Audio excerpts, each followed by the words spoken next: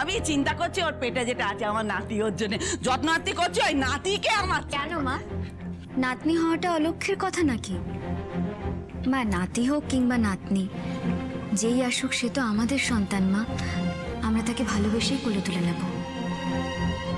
আরে বড় বউ একদম ঠিক কথা বলেছে। সুভা তুমি কোন কালে পড়ে আছো বলো তো? আজকালকার দিনে না ছেলে মেয়ে কেউ আলাদা করে না। তুমি সেকেলে পড়ে রয়েছো, হ্যাঁ পুরনো ধারণায় পড়ে রয়েছো তুমি। আজকালকার দিনে ছেলে মেয়ে সবাই সমান। দেখো আমাকে জ্ঞান দিও না, আমি যখন বলেছি নাতি চাই মানে নাতি চাই। তাতে তোমরা যদি আমাকে সেকেলে বলো পুরনো বলো, আমার তাতে কিছুতে কিছু যায় আসে না। আমি যেটা বলেছি সেটাই।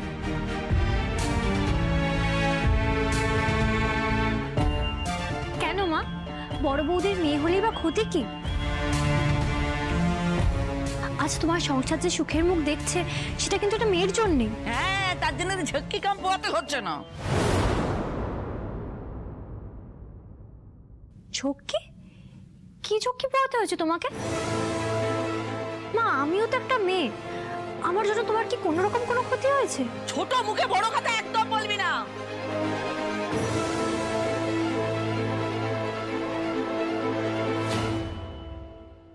আচ্ছা ঠিক আছে, এই আলোচনাটা এখন থাক না। মা এখন আমাদের অফিসে বেরোতে হবে, কাজের প্রেশার একটু বোঝার চেষ্টা করো। বাদল কোথায়? বাদল! না বৌদি বলো। এবার তুমি রেডি হওনি কেন? আমার একটা কাজ আছে বৌদি, আমি কাজটা সেরে এক্ষুনি বাড়ি ফিরেই বেরোচ্ছি। হ্যাঁ দেরি করবে না কিন্তু, অফিসে এসো অনেক কথা আছে। যাও যাও যাও। মা তুই তাহলে যাবি? মা প্লিজ, এই নিয়ে আগেও কথা হয়ে গেছে। হ্যাঁ তুই তো এখন বইয়ের পক্ষে বলবি। একটু সাবধানে থাকতে তোদের যে কি অসুবিধা হয় আমি বুঝতে পারছি না।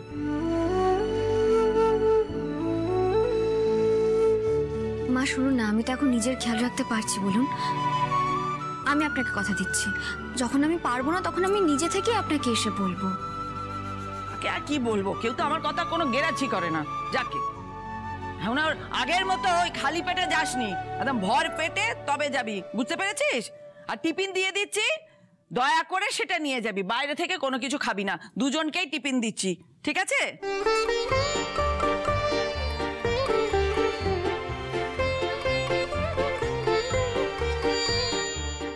মা আমি টিফিন নিয়ে যাব?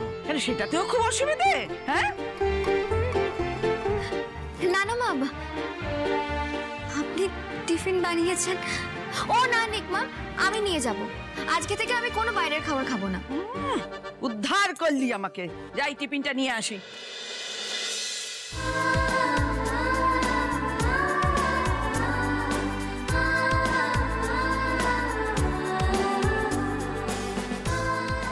দেখেছো বড় মা, দেখেছিস রাজ? ঠাকুমা হওয়ার আনন্দে সুভার ভোল একদম বদলে গেছে।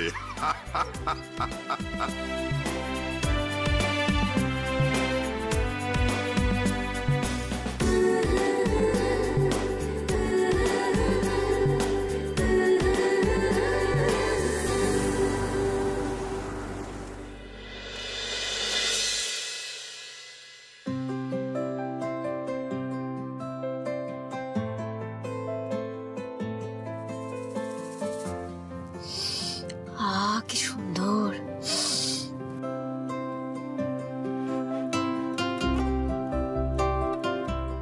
কি হলো, এইভাবে কি দেখছো?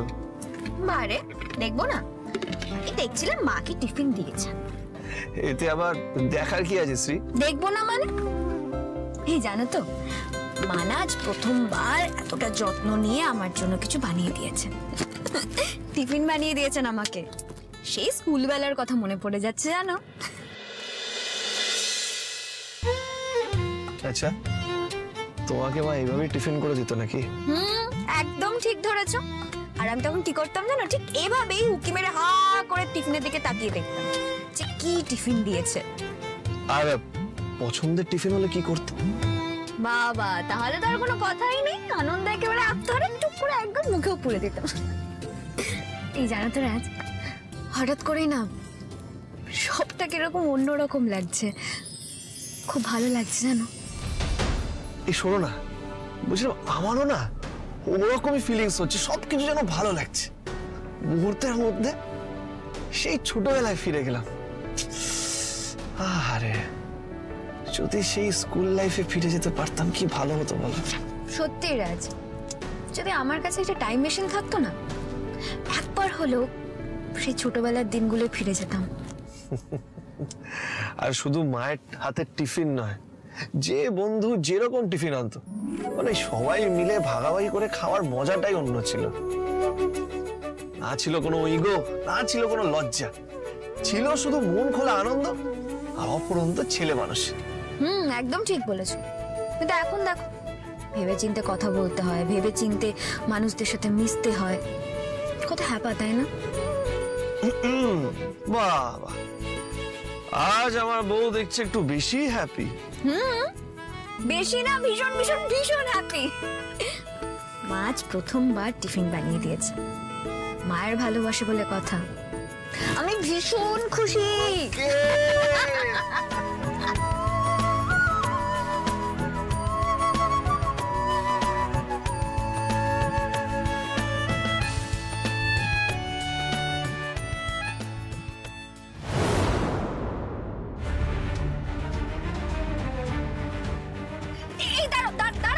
কেন, মানে এখানে দাঁড় করাবো কেন? বাবা, একজন বয়স্ক মহিলা ওখানে পড়ে আছে না, দাঁড়াও না। আচ্ছা আচ্ছা ঠিক আছে। কি হয়েছে নাকি? আরে দরকার আছে রাজ, দেখো ওখানে একজন মহিলা পড়ে রয়েছে, নিশ্চয়ই কোনো প্রবলেমে রয়েছে। কি হয়েছে কিছু তো বোঝা যাচ্ছে না এখান থেকে। শ্রী, শ্রী কি করছো নাকি? শ্রী, শ্রী।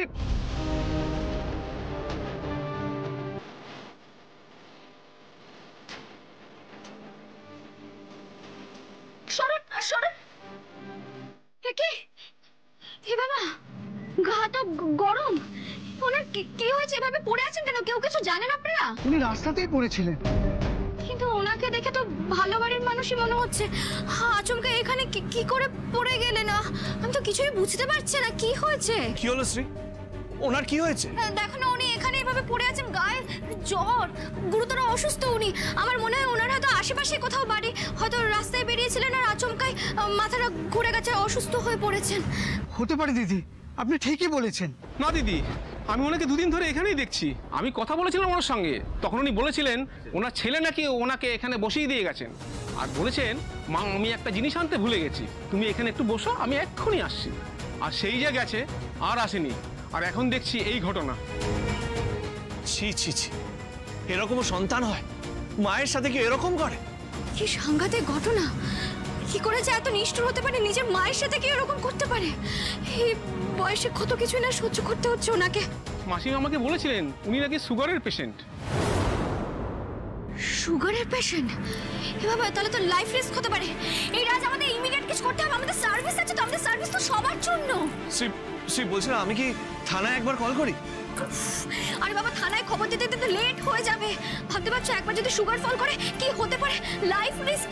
আরে কিছু দাঁড়াও দাঁড়াও, আমি আমাদের অ্যাম্বুলেন্সকে কল করছি। রাজ, অ্যাম্বুলেন্স আসতে আসতে অন্তত 5 থেকে 7 মিনিট তো সময় লেগেই যাবে।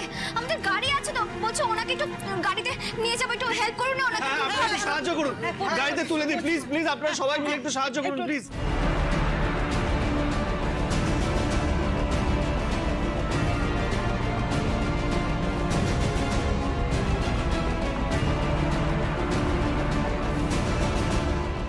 এ বাবা, ওনার একটা ব্যাগ ছিল। হ্যাঁ, তুমি নিয়ে আসো নিয়ে আসো।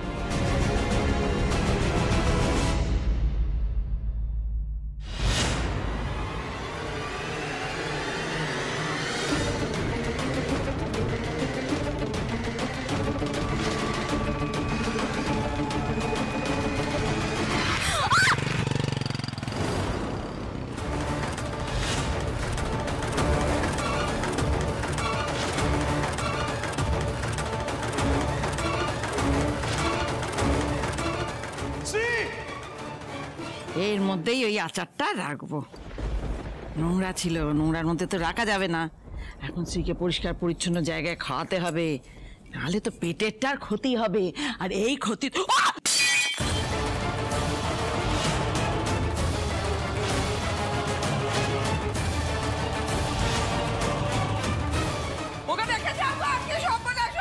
আরে কি, এই দেখো দেখো ই বাবা, এ কি হলো? এভাবে বয়মটা ভাঙলো কি করে? ওই পোশাক করছিলাম, হ্যাঁ। কথা ও হঠাৎ হাত থেকে স্লিপ খেয়ে এখানে পড়ে গেল, ভেঙে গেল সব। বাবা, এ কি সর্বনাশ করেছো? উঠোনের মাঝে এইভাবে কাচের পাত্রটা ভেঙে ফেললে? দিদি কিছু মনে করো না, কাঁচের পাত্র এভাবে ভেঙে যাওয়া মানে একটা অমঙ্গলের কারণ। এই শোনো শোনো, এই সমস্ত কি কথা? কিসের অমঙ্গল, কিসের বিপদ, কি উল্টোপাল্টা কথা বলছো? সামান্য পরিষ্কার করতে গিয়ে এটা পড়ে গেছে, বয়মটা ভেঙে গেছে, তা ভেঙে গেছে, তাতে আশ্চর্য হওয়ার কি আছে? কিছু বুঝতে পারছি না আমি। অমঙ্গল অত কথা বলে ফেলছো। না না না, সোমা ঠিকই বলেছে, বুঝলে, যে এটা পড়ে ভেঙে গেল না, ভেতরটা কেন ছ্যাদ করে উঠলো। এ কাঁচ ভাঙা কিন্তু অমঙ্গলের লক্ষণ। ও মাঝে মাঝে এরকম হয়, ও কিছু না। তুমি যাও না, একটু রেস্ট নাও গিয়ে। আমি না হয় অন্য বয়াম ধুয়ে রাখবো। হ্যাঁ হ্যাঁ হ্যাঁ, লাভলি একদম ঠিক কথা বলেছে। ও অন্য বয়াম ধুয়ে রাখবে। তুমি এই শোনো না, তুমি একটু যাও, তোমার শাশুড়িমার জন্য এক গ্লাস জল নিয়ে এসো। যাও যাও যাও যাও। দরকার নেই, ভেতরটা খুব অস্থির অস্থির লাগছে গো। মা, তুমি সকাল থেকে কাজ করে যাচ্ছ, একটুকু রেস্ট নাওনি, ওই জন্যই তোমার এরকম মনে হচ্ছে। হ্যাঁ, লাভলি তো ঠিক কথাই বলেছে, প্রেশার টেশারে গন্ডগোল হতে পারে। এদিকে এসো এসো এসো, বসো বসো, এখানে বসো, সব ঠিক হয়ে যাবে। বসো বসো বসো বসো। মা শোনো না, আমি বলছি কি, আমি একটু ঝাড় দিয়ে নি, বুঝলে, নাহলে কারোর পায়ে কাঁচ ফাঁচ ফুটে যাবে। হ্যাঁ, যাও যাও যাও যাও যাও যাও যাও যাও যাও। কি গো, ঠিক আছে তো?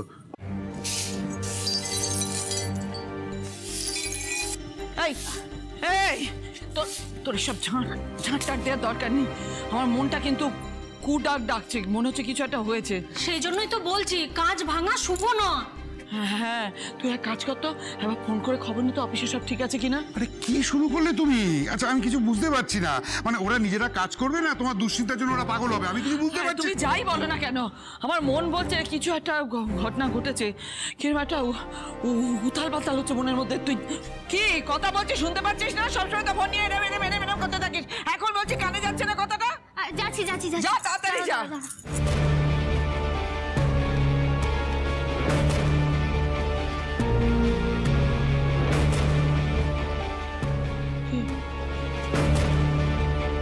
কি হলো? কি কি ধরলো না? ফোনে পাচ্ছি না।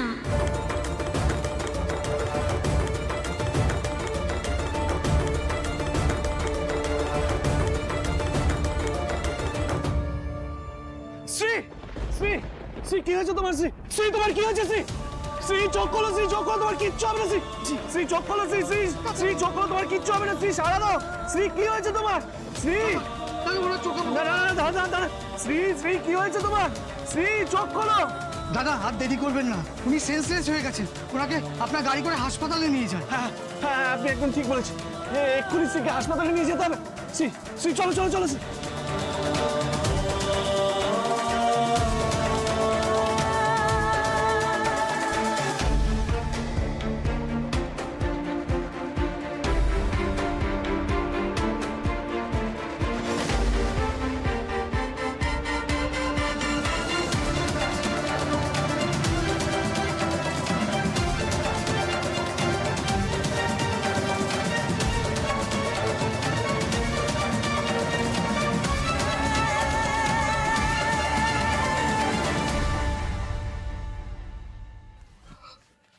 হ্যালো বাদল।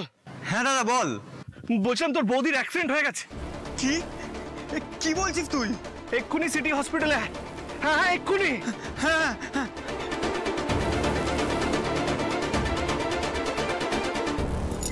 এটা পেলি? দেখেছো, পাচ্ছে না, ফোনে পাচ্ছে না। তো ভয় লাগছে খুব। এবার কাঁচের বয়ামটা ভেঙে গেল, এ তো সর্বনাশ একেবারে। তার মধ্যে লাভলি ফোনে পাচ্ছে না। আচ্ছা, তুমি কিন্তু অযথা প্যানিক করছো। হ্যাঁ, লাভলি তো ফোনে ট্রাই করছে, দেখতে পাচ্ছ তো? তাই নয় জানো, আমার না সকাল থেকে ডান চোখটা নাচছে। হ্যাঁ, ওই যেদিন রাজবাবাকে ধরে নিয়ে গেল পুলিশ, ধরে নিয়ে গেছিল না সেদিন, ও তখনও আমার ডান চোখটা নাচছিল। হ্যাঁ, কারোর কোনো অমঙ্গল হবে না তো, ক্ষতি হবে না তো? শুভ অশুভ কথাবার্তা একদম বলো না। আমাদের এখন পজিটিভ ভাবতে হবে, নেগেটিভ নয়। লাভলি, দাদা ফোন ধরলো? না বাবা, তখন থেকে দাদার ফোন বিজি বলছে। ওই দেখো, দেখেছো? তার মানে কিছু একটা ঘটনা ঘটেছে, কিছু একটা অমঙ্গল হয়েছে। না হলে ছেলেটাকে এতবার ফোন করতে পাবে না কেন? আচ্ছা, তুমি একবার কাজ করো, বাদলকে ফোন করো, ওকে বলো এখানে আসার দরকার নেই, ও যেন সরাসরি অফিসে চলে যায়। হ্যাঁ, ওকে ফোন করো, পাবে পাবে। ঠিক বলেছো, আমি বাদলকে কল করি। হ্যাঁ হ্যাঁ হ্যাঁ।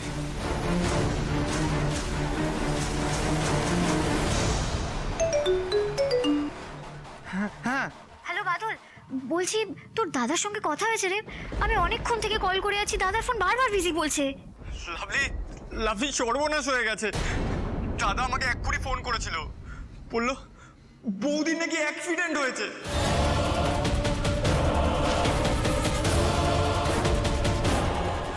আমাকে এক্ষুনি বললো সিটি হসপিটালে পৌঁছাতে। আমি যাচ্ছি এখন। হ্যাঁ কি বলছিস কি তুই? আরে এখন কথা বলার সময় নেই, আমি যাচ্ছি এখন, পরে কথা হবে। তুই আয়।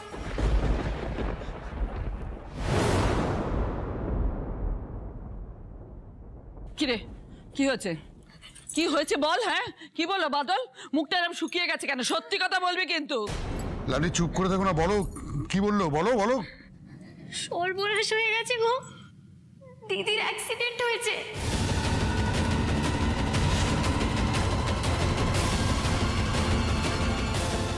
কি বলছো কি তুমি? কোথায়, কিভাবে অ্যাক্সিডেন্ট হয়েছে? রাস্তায় অ্যাক্সিডেন্ট হয়েছে। দাদা দিদিকে নিয়ে সিটি হসপিটালে গেছে, বাদলও সেখানেই যাচ্ছে। বলেছিলাম না, আমি বলেছিলাম একটা কিছু গন্ডগোল হবে। আমার মনটা কু গাইছিল। এমনি এমনি কি আর হাত থেকে ওই কাঁচের পাত্রটা পড়ে গেল, ভেঙে গেল তা নয়। আমি বুঝতে পারছিলাম কিছু একটা বিপদ আসছে। ওই মেয়েকে কতবার বললুম বেরোসনি বেরোসনি, তোর পেটে বাচ্চা আছে, এইসবে বেরোসনি। তো কে কার কথা শোনে? আমি কিন্তু বলে দিচ্ছি, যদি ওই বাচ্চার কোনো ক্ষতি হয় আমি কিন্তু ছেড়ে কথা বলবো না কাউকে। শুভা, শুভা তুমি এখন শান্ত হও, আমাদের এক্ষুনি বেরোতে হবে। লাভলি চলো। হ্যাঁ বাবা চলো চলো। এই দাঁড়া।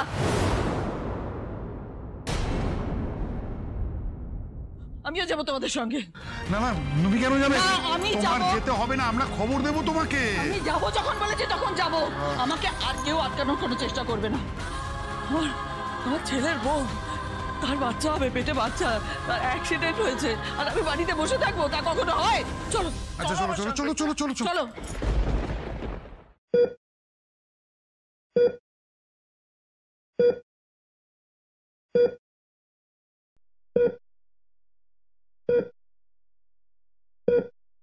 অনেকটা রক্ত বেরিয়ে গেছে। ইয়েস ডক্টর, অনেকটা ব্লিডিং হয়েছে। আর ভালো হয়ে গেলে এক্ষুনি ইঞ্জেকশনটা দিয়ে দিও। হ্যাঁ স্যার, এক্ষুনি দিচ্ছি। আর শোনো, রক্তের প্রয়োজন হতে পারে, ব্লাডের ব্যাকআপটা রেখো। Okay sir. আমি স্ক্যান ছাড়া কয়েকটা টেস্ট লিখে দিচ্ছি, do it immediately. Okay sir.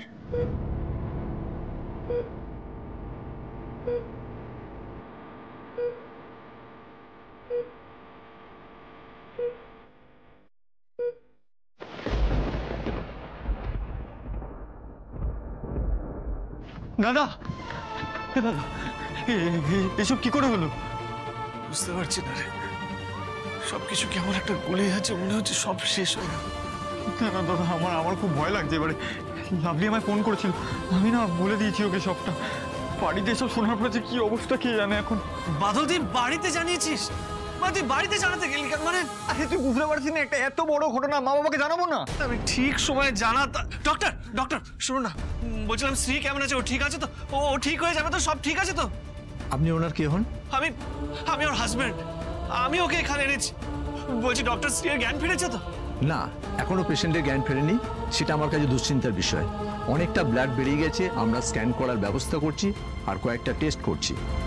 Doctor please, যেভাবে হোক শ্রীকে সুস্থ করে তুলুন প্লিজ। Doctor please. আমরা 100% চেষ্টা করছি। কোথায় গেল যে রাজ?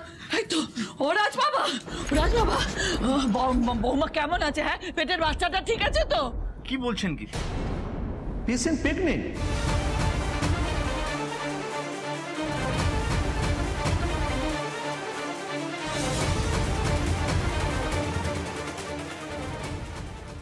আমার বৌমাকে যেভাবেই হোক বিপদমুক্ত করতে হবে। ও প্রেগনেন্ট। এটা আমাকে আগে বলেননি কেন? না মানে আপনারা তাড়াহুড়ো করে স্ত্রীকে ভেতরে নিয়ে চলে গেলেন, মানে আমি বলার সুযোগটাই পাইনি। এটা না একদম ঠিক হয়নি। প্রথম থেকে তোদের বলে দেওয়া উচিত ছিল যে তোর বউয়ের বাচ্চা হবে। আমি দেখছি তোরা কিন্তু এই ব্যাপারে এই বাচ্চাটা না একদম যত্ন নিচ্ছিস না, নিজের খেয়াল মতো চলছিস, যা পাচ্ছিস তাই করছিস। আর আজ এত বড় একটা কাণ্ড ঘটালি, বুঝতে পারছি না তোরা ওর বাবা মা না অন্য কিছু। প্লিজ মা, এইভাবে বলো না। দেখো মা, ওরা তাড়াহুড়োতে স্ত্রীকে ভেতরে নিয়ে চলে গেছে, আর সেই জন্যই ওনাকে কিছু বলা হয়নি। মা আমি আর স্ত্রী দুজনেই বাচ্চাকে নিয়ে যথেষ্ট দায়িত্ববান। সে নমুনা তো দেখতেই পাচ্ছি। ওই বই করে বারণ করার পরও আমার কথা শুনছিস না।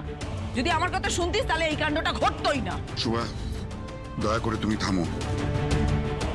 এটা কিন্তু তোমার বাড়ির উঠোন নয়। হ্যাঁ, বাড়ির উঠোন নয় ঠিকই, কিন্তু এই মানুষগুলো, এগুলো তো আমার পরিবারের। এদের কারুর ক্ষতি হলে সেটা আমারই তো হবে। শুভা, কেউ কি ইচ্ছা করে কোনো কিছু করে? যা ঘটার ঘটে গেছে। শ্রী এখন হসপিটালে অ্যাডমিট হয়েছে। দেখো, অ্যাক্সিডেন্ট কিন্তু বলে কয়ে আসে না, বোঝার চেষ্টা করো। হ্যাঁ, কিন্তু জল তো এত দূর করাতো না যদি আমার কথা শুনতো এরা।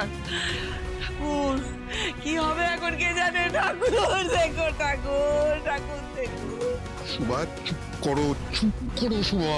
দেখুন, এটা হাসপাতাল, আপনাদের ব্যক্তিগত ব্যাপার নিয়ে ঝগড়া ঝামেলা না করাই ভালো। আরো অনেক পেশেন্ট আছে, তাদের অসুবিধা হবে। ডাক্তারবাবু, বলছি দিদি কেমন আছে গো? দিদি ঠিক হয়ে যাবে তো?